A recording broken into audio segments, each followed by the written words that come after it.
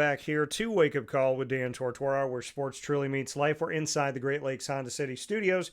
Great Lakes Honda City coming to you on 7140 Henry Clay Boulevard in Liverpool, New York. They're open Monday through Saturday for sales and service. It's Happy Honda Days time, so make sure you get over there. You can get a sneak peek by going to GreatLakesHondaCity.com. It's the only place I've gotten a vehicle for over 11 years now. We, of course, are here with a segment you won't find anywhere else, and I don't believe anybody's ever done this on a show before, which is chronicle a draft prospect for months and have a weekly broadcast dedicated to that draft prospect all the way through into the NFL draft. But that's what we're doing. We're making history with Dan Villari here, Syracuse tight end, but also played other positions. We call it NeapoliDANS. We're in episode 2. And this episode is called, Isn't That Guy a Tight End? So that being said, Mr. Villari, how are we doing? I'm very well, man. How about yourself? I'm doing well, and I'm happy to have you here as always. So, as Yes, you sir. know, every episode has a title just like a sitcom would. So this one is very fitting coming off of our inaugural episode where we talked about your voyage from Michigan to Syracuse and being a quarterback, then a tight end, then a quarterback, then a tight end. But we really didn't get into it. So I love to start things off here because you told me something off the air that I didn't know is that you were playing tight end. Well, we'll talk about going into that. That's with Syracuse. But quarterback, tight end, some guys won't change. Some guys are like, this is what I am. This is what I'm going to do. Why were you willing to adjust your position? I know you and I talked about how hard it was, but you were willing to do it. You know what? I was never willing to do it Okay. until Jason Beck brought me in his office, summer of 2022, going into camp, going into the season. It was during camp. And I always said, I'll never do it. I'll never switch. I'm a quarterback forever, and I'm going to figure it out.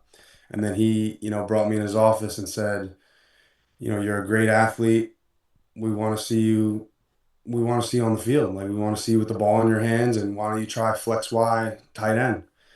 It wasn't even tight end at first. At first, it was just flex Y, like kind of in the slot. Yeah. And I was a mess. I cried in his office. I was really upset, and he said, go home, sleep on it, talk to your family, and let me know. And I went home, called my dad, was out on the porch at UV, the dorms at Syracuse, and I just, yeah, I was really upset, and my dad was like, "Listen, bro, you're a great athlete. You're physical. Why don't you give it a shot?" And if it wasn't for my dad, man, just being so supportive, um, I don't know what I would have done. So I just said, "Yeah, let me give this thing a shot then. Why not?" Yeah, and to clarify, because I mean, you did tell me how hard it was for you. Willing to do it was that you eventually said yes, but the initial part of it, when you and I had our first conversation and we were on the field that August during fall camp, you told me about that, and you said, "Dude, like, I didn't want to do this. I No. didn't want to shift. I was not okay with it off the bat." Like you didn't just say yes. And so to go back to when Jason Beck brought you into his office and he talked with you about this, I mean, obviously Coach Beck was the quarterback's coach. Did he tell you why? Did he tell you kind of like, hey, this is what we're looking at. This is what we got.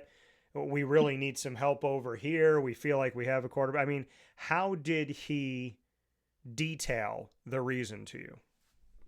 He was straight up with me. I just wasn't moving the chains. I was turning the ball over.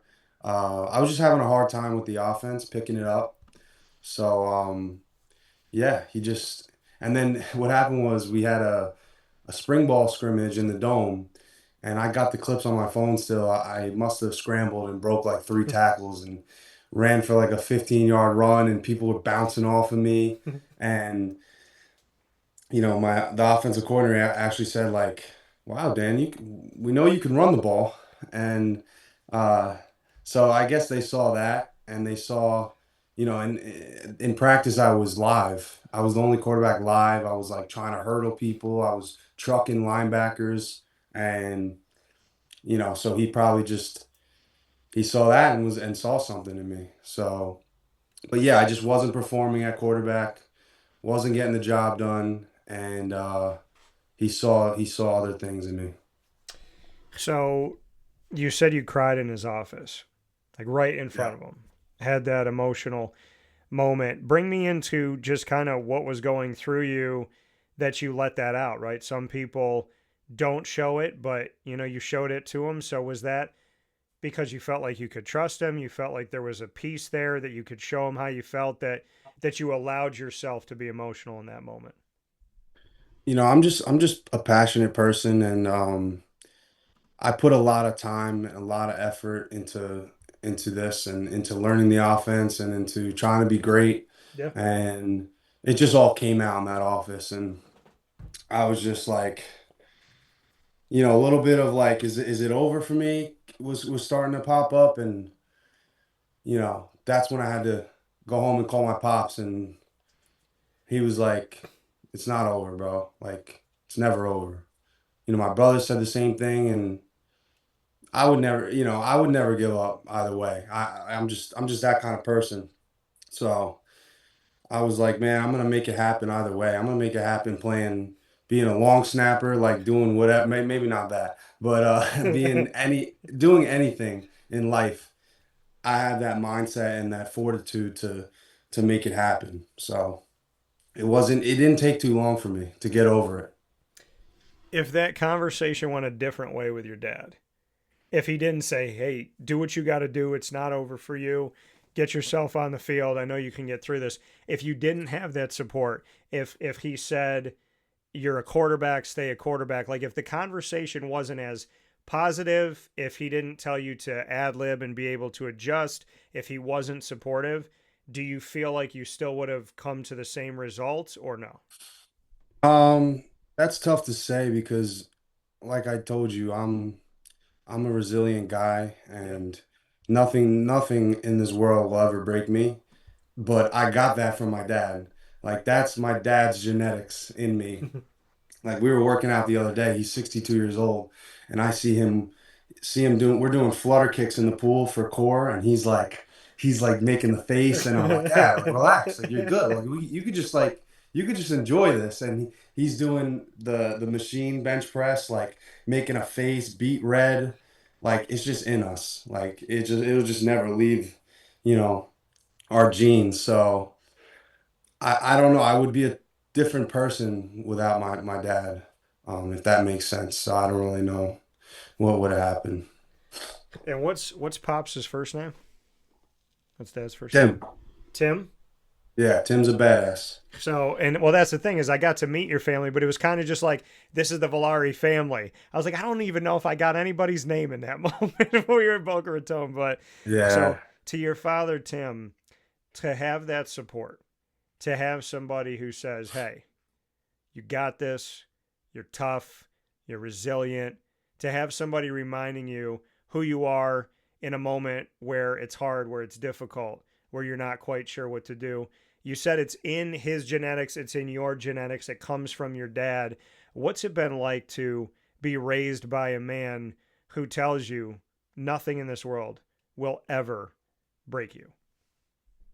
I mean, he's the best dad in the world. He was never the guy that was upset at me for playing bad, for not knowing something. Like he was always just so supportive, and he was always so motivating. And that really helped me because, I see a lot of guys that they kind of start hating the game when like people close to them are in their ear too much, being negative. Like he was always so positive. Yeah. um I remember before my youth games, our warm up was I would do 10 push-ups, hop up, catch the ball, throw it back to him, do 10 and this is before a game. So like he was just the best dad in the world. And I truly believe like just not having the pressure of coming home to, whatever happens to me, my dad's gonna love me and support me.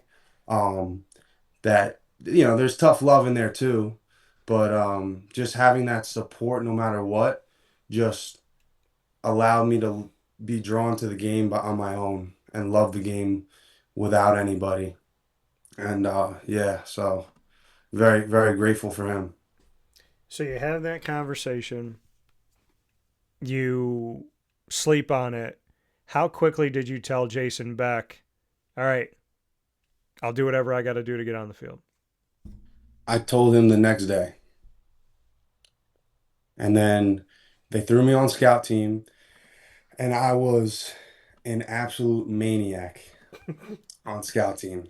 Like trying to trying to embarrass people, like trying to pancake everybody, cursing, screaming, just being a complete psychopath because I was just like in a good way, but I was mad, but I was like also like, all right, like I can do anything. Like watch this. Watch how I just build up the depth out of nowhere. And I was catching balls, didn't really know how to run routes, but I was also getting knocked on my butt by our starting defense, a bunch of dogs out there. So Marlo Wax, Justin Barron, Michael Jones, bunch of guys. So Well, and that was something that you and I spoke about a little bit off the air, kind of texted back and forth about. So I'd love to go into that a little bit here when you were talking about the fact of being on the scout team as a tight end in 2022 with Syracuse and going up and trying to block against Marlo Wax Jr., Justin Barron, Michael Jones. Bring me into those days on the scout team in 2022 and what it was like to go up against Michael, who obviously found his way into the NFL, and so did Marlo, and so did Justin. So, all of them, you know, all of you them. you were going up against three guys that the NFL thought, hey, these guys are good enough to make a roster. So obviously, you were getting challenged on the scout team back in 2022. Paint a picture for us. It's crazy because I was just out there just doing whatever, like just trying to hit people. I wasn't even getting coached like how a tight end should be getting coached. And I kind of just figured it out. I kind of just without my passion and my effort, like I would have never made it up to the, 1, 2 of the depth chart that year. Um, Funny story, during that season, I was on scout team first 6 weeks, 7 weeks, and I thought I was getting better fast. So I went into Coach Anai's office and I was like, "Hey, Coach, like I uh, I really feel like I'm one of the most athletic guys in the room. I feel like I catch the ball the best. I feel like I'm the best with the ball in my hands, and I feel like my blocking is just improving." He looks at me, no lie, and goes, "Dan, you are not the best athlete in the room. You don't have the best hands. You're not even close to the best tight end in the room." He said, "I don't even think you would, you can't play with your hand in the dirt in the ACC. I don't even know if you could play like group of five tight end with your hand in the dirt." And I was like, looking at him, I'm about to start like crying. I'm about to like get upset. And then he's like, "You can either take this information and you can crawl into a ball and just give up, or you can take that information and do something with it." Yeah. And I don't know if he was trying to test me. Yeah. I don't know. I know that guy doesn't lie. So, but I knew I don't think he saw the athlete that was in me. But I looked at him and I swear to God, I was like, "All right, coach, just watch this." And I got up and walked out of his room, out of his office. 2, 3, maybe 2, 3 weeks later, no more than that, I was starting. I got playing time against Wake Forest, and I was starting against BC in 2022. And I was blocking the whole game. That was my role, but I was starting and played in the bowl game. Started against Minnesota, Yeah. just blocked, and then from there, I just it took off. So what happened? What did you do? What did you show when he said that to you and you said, "All right, coach, watch this." What do you think stood out to him? What was your move next that you felt got you on the field? I was I started doing blocking drills after practice every single day. I was catching balls every single day. Um, I just continued to play like a monster in practice. I continued to bring energy like no one on that. The only one bringing energy like I was LaQuint. Excuse me. And they just saw that and they were like, this kid really wants to play. And I just continued to get better. Like I'm one of those guys like if I just continue to work on something, I'm going to adapt and I'm gonna be very good at it. That's just what my dad blessed me with his genes and God blessed me with that. But so I just continue to get better. And I don't know what it was exactly. I can't remember, but I guess they were like, this guy's the best available. This guy's working the hardest, and they started implementing like plays for me to come in motion and come through the line and block ISO, block the linebacker. And I went in against Wake Forest. I ran that play. I blocked the mic, and Tucker ran around it for like 30 yards. And then they just kept putting me in more and more, and I just kept making the most of my opportunities. And my body wasn't even ready for it. Like I wasn't had a lot of body fat on me from when I was a quarterback. So that off season, I started eating really good, cut down on the carbs. I went from like 250 to 235. I was much more lean and fast. Started learning how to run routes that off season. And I actually tore my patellar tendon that off season, um, blocking, doing blocking drills in like February. I fell into a prowler sled and my knee hit the corner of the sled. It's like a blade almost and punctured right through my patellar tendon. Oh my lord. So I got the year before my Wildcat year, Yeah. I got surgery on my patellar tendon in like March. So you got that. So you had a puncture wound in your patellar tendon, which I know all about that because I've injured that before. And It was torn. Yeah, it was so torn through. I did not, thank God, I did not tear mine, but I know what it Yeah. feels like to not tear it and hurt it. So, like, I can't even imagine. So, you tore your patellar tendon after the off season of 22. And so you're coming in March 23. We're going into the 2023 season where you ran the Wildcat and you essentially were the quarterback to end the season. So you had that surgery and got better and then ended up being the guy under center. Like, that's insane because that obviously wasn't public knowledge that any of those things happened to you. So how quickly did you heal? Well, what happened was I had a big laceration in my knee. So it was a giant cut, almost like I don't know, just a giant cut. And they just sewed it up and they thought it was just like a laceration, like just a big cut. Yeah. And they sewed it up for me and I started rehabbing. I, I, s- I started to do spring ball and some days it would feel better, some days it would feel terrible. And I remember running one-on-ones and I just tried to plant on my right leg and it just wouldn't, I just had no power. So I fell to the ground and it hurt like crazy.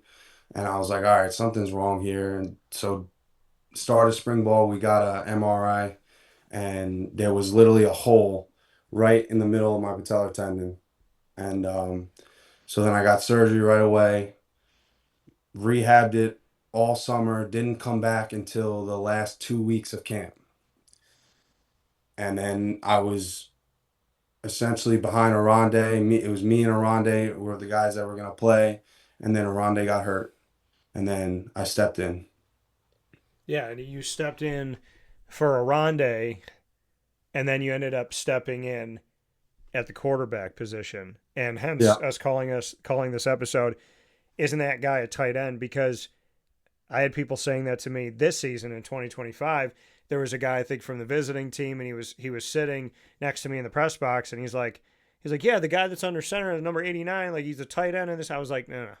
I said he's played that position before. He's been in that wildcat before. So let's go into that situation. Arande gets hurt. You step in at tight end. Then you have to step in at quarterback. So you had to step in for 2 injured players.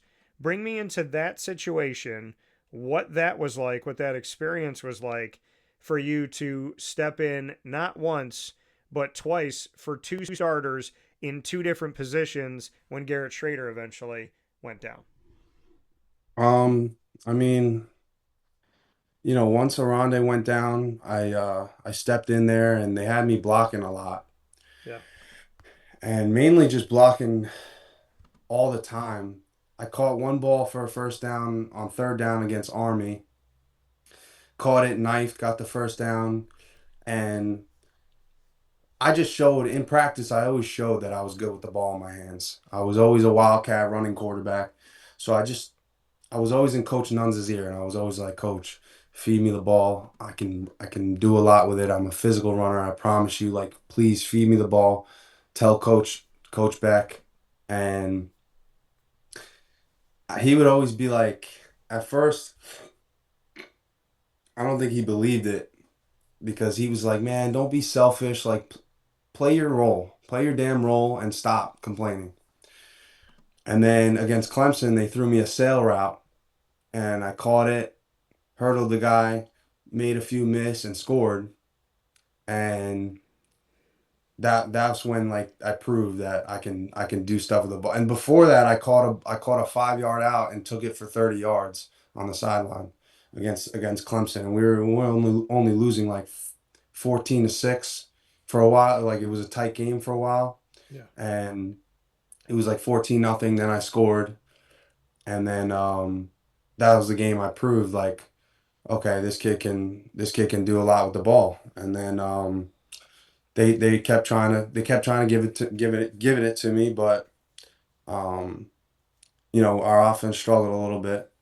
Virginia Tech, I got like 5 receptions, and just kept trying to prove like that I can be in this role. I can be a playmaker on this offense. And then after BC, Coach Babers called me and he said, Dan, what do you think about playing Wildcat quarterback? Yeah. You and LeQuint. And I was like, I'm down. Let's do it. He said, like, if we're gonna go down swinging, like we're going down swinging with our 2 best players. And I was like, let's do it. Absolutely. Yeah, and having that opportunity, and like you said, when you got that call from Coach Babers, it was obviously before the Pitt game that you got that phone call. How close was it to that game against Pitt that you got the phone call of like, hey, we don't have Schrader, we don't really have another plan outside of the fact that we're just gonna put you under center, put LeQuinn under center. We're gonna run this wildcat type of offense, and we're gonna try and catch some people off guard. How close was that call to the Pitt game? It was right after BC was the week before, Yeah. and we lost that game, and it was right after the game on Saturday night, or yeah, Saturday night or something. He called me, and I was with all my buddies too, and yeah, picked up the phone, and I was excited. I was very excited. Yeah, and like so you know that, and you're keeping it under wraps. Nobody can know you're doing this. So what did they tell you? They say like if you go out and talk to because I'm trying to remember that week. Were you allowed to talk to the media that week, or did they not Yeah, have you on the? So you were, but you couldn't say anything. yeah. I just had to say that, we're sticking with the same game plan we've always had, and I'm gonna do whatever I can for my offense and whatever my coaches plan to do. So And do the whole you? time knowing that I'm gonna be under center. So how many times while you were at Syracuse did you walk away from the media with a smirk on your face, like they have no idea what's about to happen? A few times, more than a few times, and then I got used to it. And I was like, man, I can't wait till they see me out there at quarterback. Like they're gonna be like, what the heck? But a few times for sure. Well, I remember that this season in fall ball, you and I were talking, and you were off on the side, and it was right after you had done an interview with them, like a group interview with the media, and we were just talking like we normally do. And you looked at me, and I think you were like bending down to tie your shoe or something, and you're like, "Bro, they don't even know. They don't Yeah, even know." yeah, So yeah. what does that translate to for the NFL right now? What does the NFL not yet know about what you can do? Because you've caught a pass for a touchdown, you've run the ball for a touchdown, you've thrown a touchdown pass. You're one of the few people in the world of football that has thrown, caught, and ran for at least one touchdown apiece in each of those. So what does the NFL not yet know about a man who's been asked to do so many different things? I think they don't know a lot. I think they don't know that my route running is very polished now. Um, I think they don't know that how athletic I am. With the ball in my hands, I've taken snaps at running back, quarterback, wide receiver, tight end, played special teams. Um, they don't know that I'm a very physical runner. Like in practice, I was running guys over on Monday, Tuesday, Wednesday, and Thursday before the game. Yeah. And you could ask Coach Fran, I was trying to hit people every single day. Um, so I don't think they know that. In the game, I didn't get a lot of opportunities to with the open field, like to really take off and show my speed and show how physical I am as a runner with the ball in my hands. So a mixture of that and yeah, yeah, I would say that. So, I mean, before I let you go in this episode of NeapoliDANS with Dan Villari, 2026 NFL draft prospect coming out of Syracuse, here on Wake Up Call with Dan Tortora in this exclusive series inside these Great Lakes Honda City studios. Dan, you had three different quarterbacks at Syracuse. You had more than three different. You had three starting quarterbacks. You had Garrett Schrader, you had Kyle McCord, and most recently you had Steve Angeli. You also had Ricky Collins Jr. You had Joe Filardi that was out there. You had Luke Carney at times. I mean, this has been insane. So when you talk about the NFL not truly knowing, it's because you're playing with so many different guys. Some of those guys just ran the ball. Some of those guys did not get the ball down the field. Maybe they didn't read the routes and kind of see where people were going to be. So, how does this work positively for you? Let's look at the positive effect of this, of having at least six different quarterbacks in 3 years. How can this be an asset to you? How can you use this to your advantage to tell an NFL team like, hey, I every year I had a different guy. One year I had at least four different guys. How can we use this as a feather in your cap and not a disadvantage? Yeah, I think regardless of what my situation was, I showed a lot of flashes of, you know, of different things. And I always played hard no matter what, no matter how bad we were losing. And you'll just see the tape, man. You'll see me moving differently as a guy who's 6'4", 240. And, I was open. I was open a lot. And there was a lot of great blocking games I put together.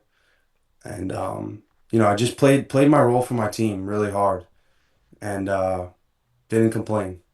So, Yeah, and to have somebody who's been under center in the Wildcat, to have someone who's been an extension of the offensive line, to have somebody who's gone to the next piece beyond the defense, beyond blocking the defensive line to block a linebacker. So when we look at all of these different pieces of you, being under center, being in unique formations, blocking a D lineman, blocking a linebacker at the next level, to running the ball and trying to run over people and to power yourself to a first down, to being a wide receiver slash tight end and running routes.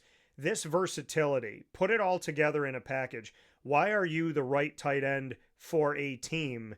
Because obviously you're a unique one. Why are you the right one? I think because athletic tight ends are thriving in the league these days, and I'm just a professional. Like I've just always been a pro, and I'm gonna get on a team, and I'm gonna be the hardest worker in the building, and I'm just gonna continue to get better.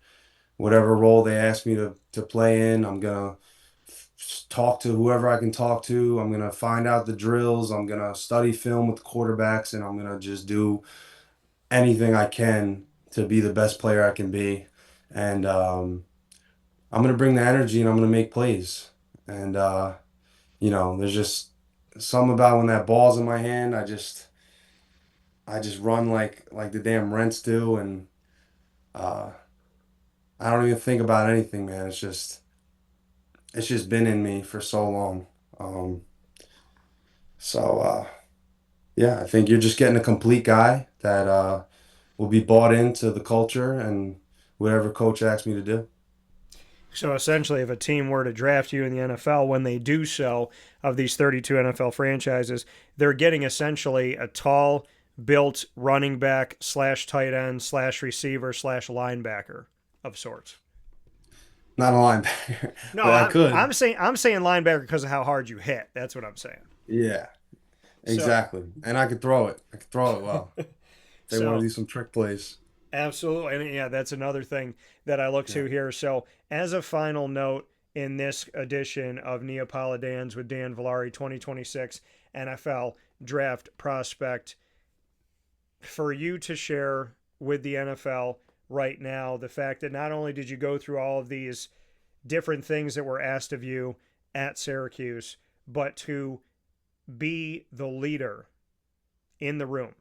For coach to say going into the season at ACC kickoff, when I was in that room, he said, Dan Villari is the leader of the tight end room.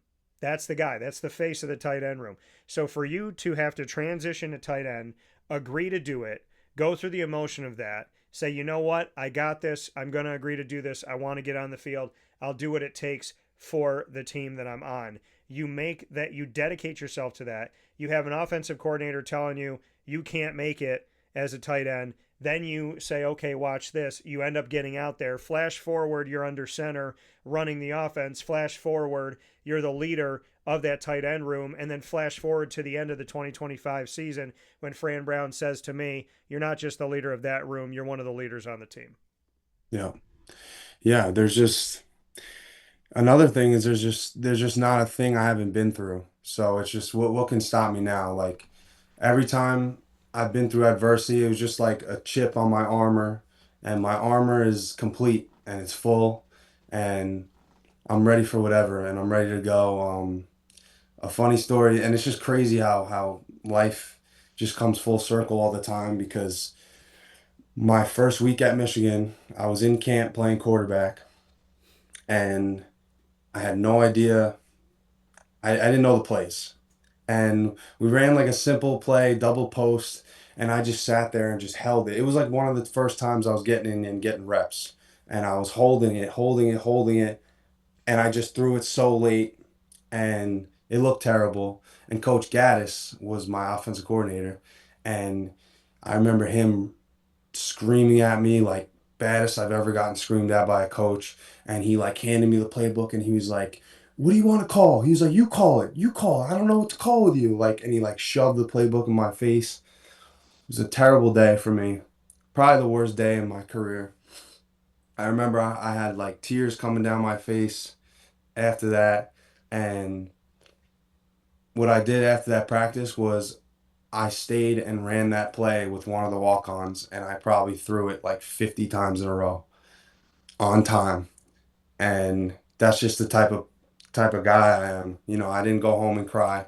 I just had a little tear coming down as I was dropping. I was dropping like game speed, just ripping it like just knowing that I was gonna overcome. And Well, now the full circle is that Coach Gaddis is a coach now on our team, yeah. and I'm one of the best players and the leaders on our team. And now I'm in control, and I'm a man now, and he just saw how I grew, and I love that guy. We got a great relationship, but yeah, it's just full circle, man. What did he say to you when he came to Syracuse during the season this season? After having that moment with you, throwing the playbook at you, saying, "What do you want me to call? Tell me what to call." And then you responded by, like you said, dropping back 50 times, getting it there on time. And then all these years later, he comes to Syracuse. When he sees you now and what you become, what did he say? When he saw me, he just smiled and hugged me, and he was really excited to see me. Like he just, you know, I think he just loves me and I love him, and he didn't say anything specific. Like, he probably forgot about that, to be honest. Like, I think I reminded him one time, and he just laughed. He said, "Yep, yeah, yeah, I remember that. I remember that." But he he doesn't bring up the past. He doesn't. He just respects me now, and we got a good relationship. So, to the NFL, we are only 2 episodes in, but something's been made very, very clear. Every time that man is told that he can't, he won't, he's incapable, he doesn't show you at some point. He goes full tilt, 157 miles an hour, the moment after you tell him that. Hmm. Dan, as always, I appreciate you, and I have to say this because it's the time for it. Merry Christmas to you and your loved ones, and happy holidays as well. Merry Christmas to you and your family, bro. Appreciate you.